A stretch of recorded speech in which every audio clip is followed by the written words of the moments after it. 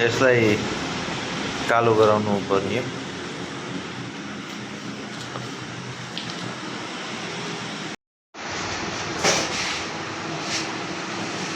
पार्ट्सहरू पनि अब सबै खोलिसक्यौँ।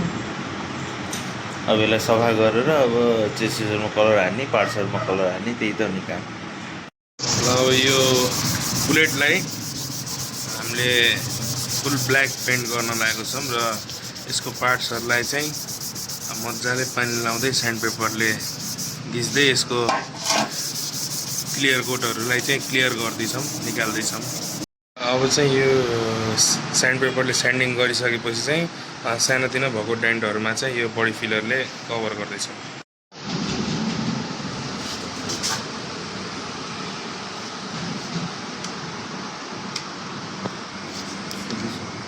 हरेक पार्ट्सहरूमा यसरी नै मास्किङ गर्नुपर्छ है। मास्किङ गर्दैछौँ। अब चाहिँ पेन्ट हान्नुभन्दा अगाडि हामीले सर्फेसर हान्दैछौँ।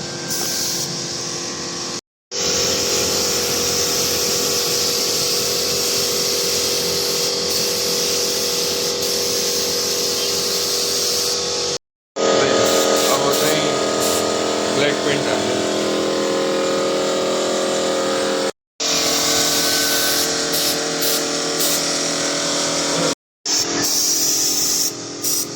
अब चाहिँ कलर हान्ने प्रक्रिया।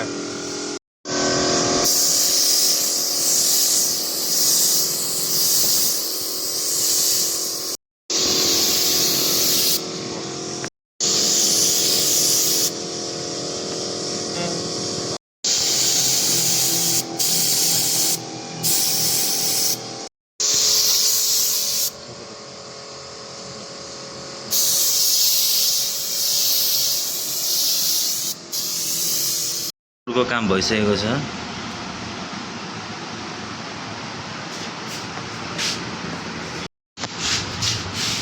क्लियर कोडको काम भइसकेको छ।